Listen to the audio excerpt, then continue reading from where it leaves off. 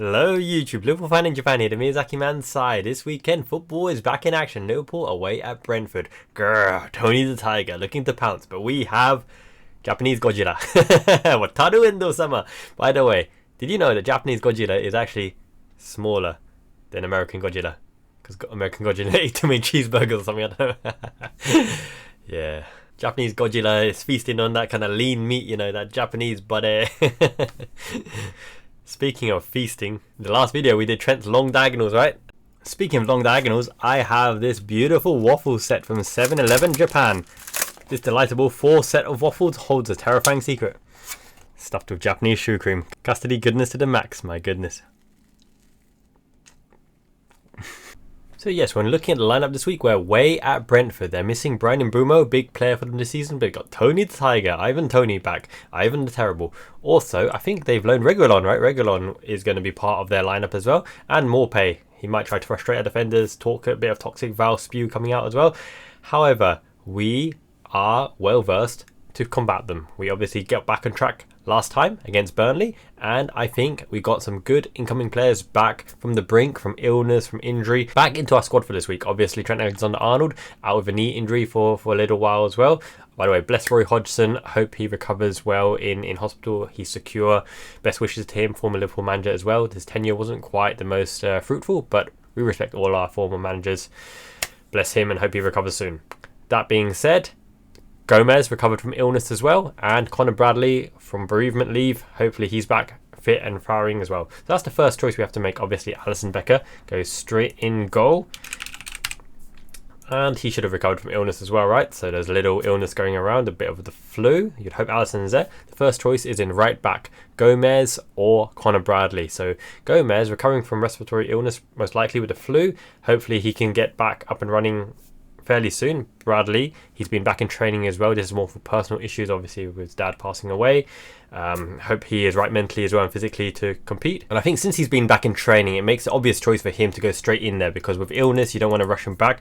That being said, away from home, you might expect Gomez to get the nod as well, but Gomez can also play left back in place of Andy Robertson. So Bradley is pending on the right hand side, and people who've been really chanting for Bradley to secure this right back slot in the absence of Trent Alexander-Arnold, it completely makes sense to, given his good run of form before his leave.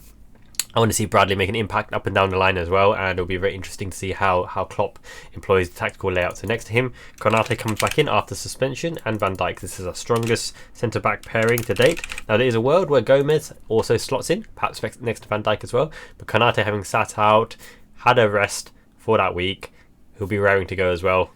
Red card is what it is, right? Unfortunate about that particular game. And left back, the choice between Gomez and Robertson. So once again, respiratory illness. I think Gomez needs to just sit on the bench, rest, but also he can cover the back line, right? So Robertson done nothing wrong last week at all. In fact, he probably should have had an assist. Great early time balls from the left hand side, whipped in, and very prominent. So this is almost like having two Robertsons, Robertson and a younger Robertson, Connor Bradley.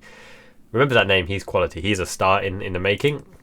And Godzilla, we've obviously Godzilla here, so we can move on. No, what am I talking about? It's Godzilla, Wataru Endo, or sexy Alexis McAllister. So this ultimately depends on what Klopp is trying to do. So if he thinks Brentford are going to camp in and around our 6-yard area, and we need to break up the play, especially when they're trying to interchange through the centre, then Endo is very prominent at breaking the play. We think they're going to sit back deep, which they're at home as well. And this is Thomas Frank's audition for the Jurgen Klopp role and job. If he impresses the bosses and really makes an impact here, perhaps Klopp would say, this guy, man, he's got something about him, and he definitely has an aura about him. He commands respect. He's well respected as a tactician, but also he speaks very well as well. He represents the club, and I think he would fight for you as well. So I wouldn't be too disheartened with Thomas Frank in, but I don't think he'd be first choice. I'd be really gunning for Alonso, as I mentioned in that video. Check it out if you haven't seen it already.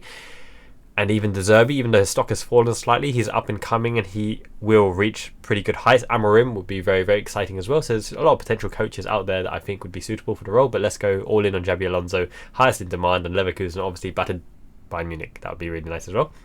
If Alexis McAllister sits in here, he'll be looking to break through the lines if Brentford are sitting deep. But on the balance of things, I think Endo starts because it gives us that secure platform especially with Robertson and Bradley. And the reason why is because with Endo there, you form this kind of free unit, and Endo is actually pretty good centre back as well. You haven't seen it yet, which means Robertson and Bradley can almost play as wing backs, 3-4-3 formation, right? Because Bradley will be bombing forward and Robertson will be bombing forward. So you saw my video around Trent and why he shouldn't be in midfield. So now we get the classic overlapping right-sided fullback who stays wide and stays right. I don't want to see Bradley inverting. He's very useful here, give and go, touch and go, play down the lines as well. So who can help facilitate Bradley running forward? Dominic Szoboszlai, but he is out injured apparently as well. So in lieu of that, I think the first name that comes in here is Curtis Jones for the balance, because he can do a bit of everything, and also he's defensively responsible to allow Robertson to overlap. But saying that again, he can invert as well, allow Robertson to invert and allow Jones to take the ball, allowing, if this is potentially Lucho Diaz, is that a hint for things to come?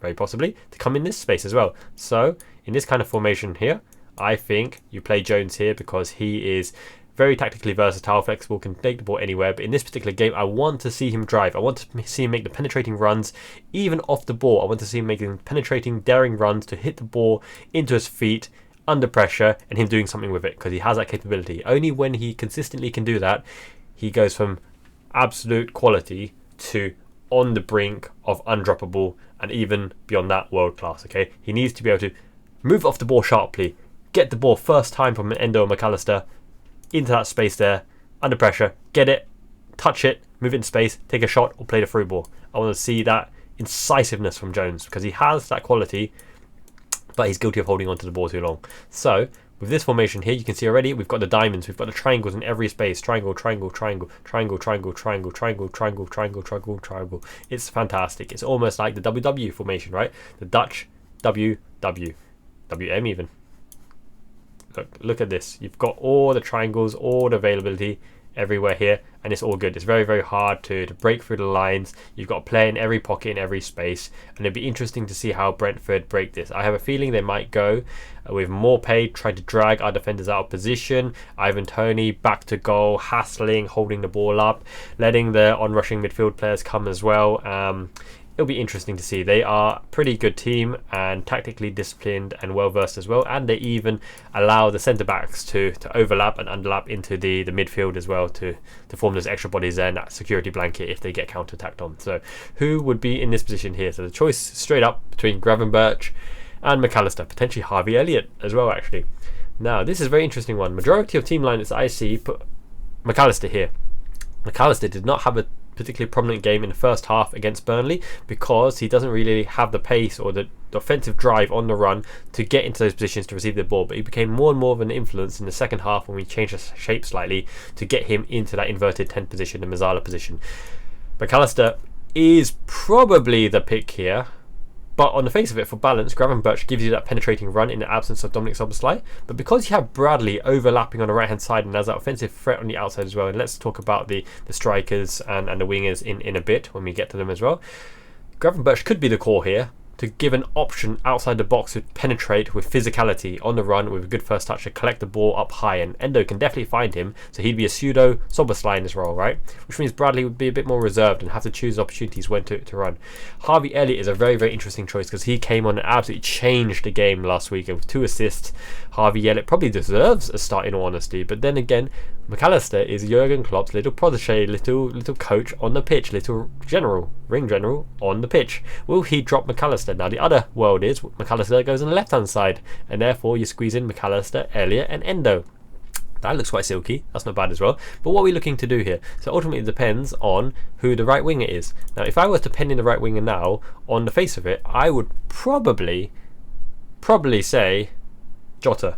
Jota goes in the right hand side, and the reason for that is on the left against a team like Brentford, you put Luis Diaz and you put Darwin Núñez. Okay, so this, in the absence of Mo Salah, has been our strongest lineup. Mo Salah is back in training, Egyptian king. He's got the aura, the mentality. He wants to play. Will he start? Big call from Jurgen Klopp, obviously having been injured, hamstring injury.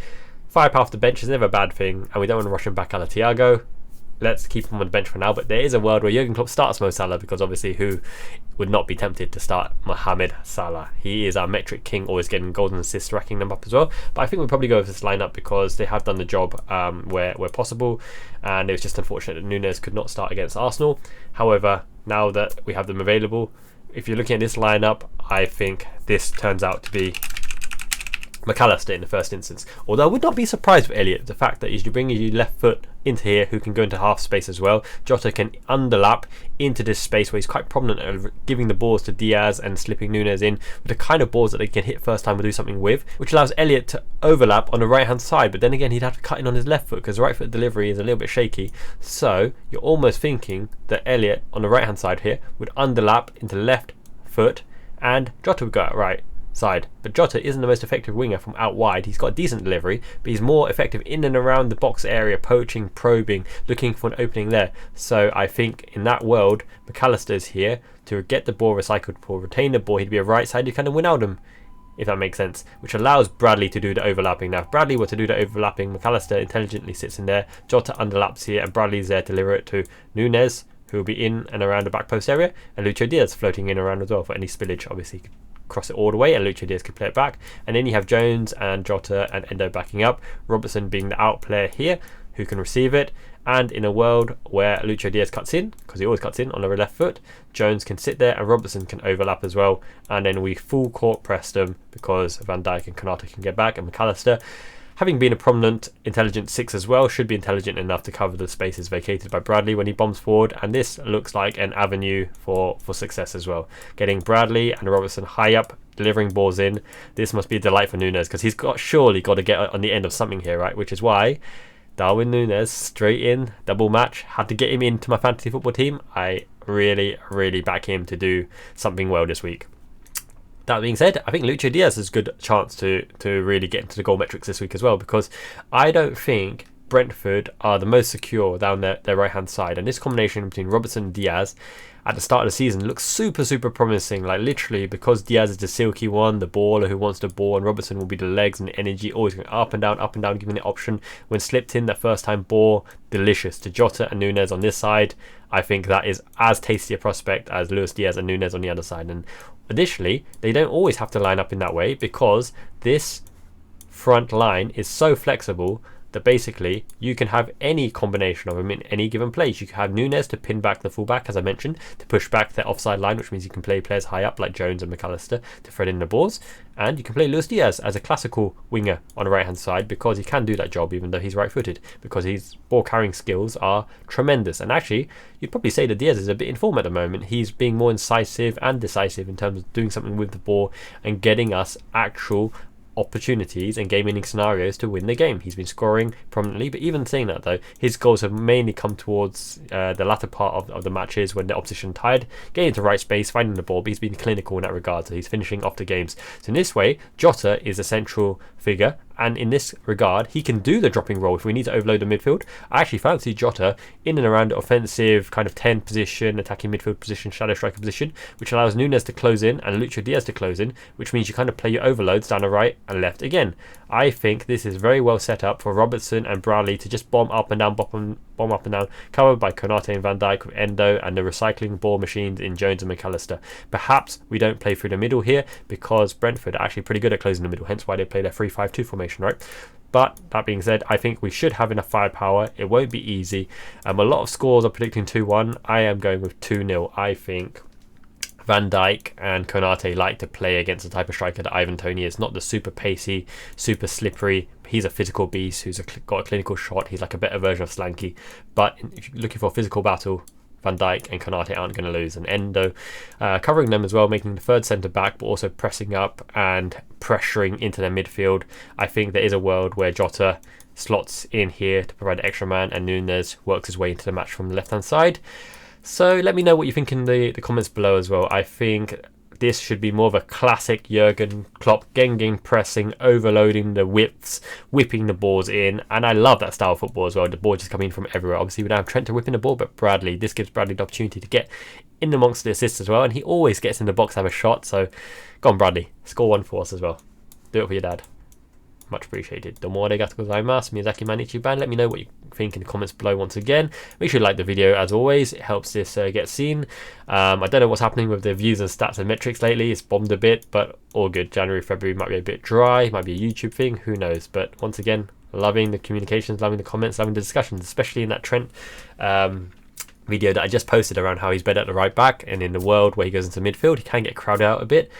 But ultimately, it's a game of opinions. I've given you all the facts from what I've seen and my take on it as well. This shape looks absolutely imposing. I mean, I don't want to be trying to break through Konate, Endo, and Van Dijk. Bradley, let's see his defensive solidarity. Same as Robertson, always defensively responsible. Jones is very responsible as well. McAllister forced back in line and can actually double pivot with Endo as well, giving Jones more of a free roll. If we do that, Jones can really roam and make himself a nuisance and a hassle.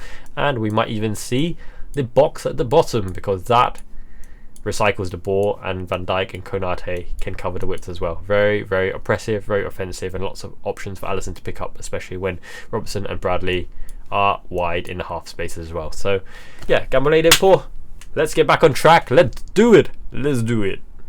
Peace.